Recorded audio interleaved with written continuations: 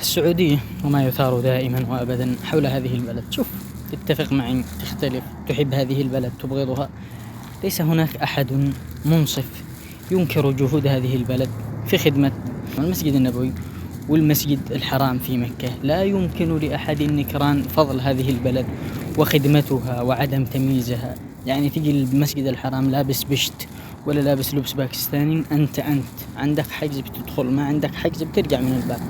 لا مفاضلة ولا مكارمة ولا أحد سيتقدم على أحد. وهذا الذي لا يمكن للبعض أن يصدقه. يأتي إلينا من المسارح ويريد أن تفتح له المساجد. هذه المساجد مكان للعبودية. إن لم تحقق عبوديتك لله الحقة فلا تأتي إلى المساجد.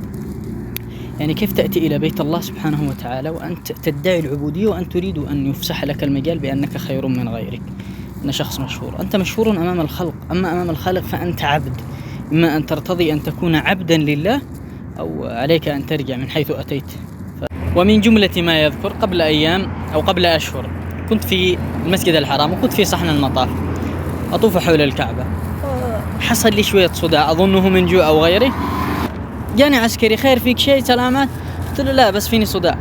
فرأيت من الكرم ورأيت من الخشية علي، هذا يسحب وهذا يقول لي تفضل بنوديك العيادة وهذا.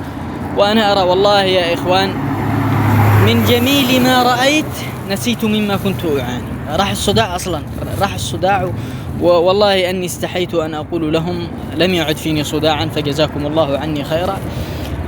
فسبحان الله ذهبوا بي إلى المستشفى، في مستشفى ميداني في الدور الثاني أو شيء، ودخلت إليهم وكلهم ها سلامات فيك شيء؟ لا والله ما فيني إلا صداع يا أخوان، صداع بس.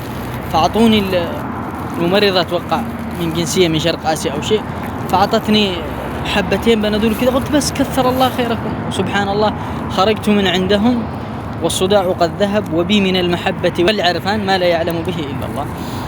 فشكرناهم وأثنينا عليهم ودعينا لهم بخير. فسبحان الله.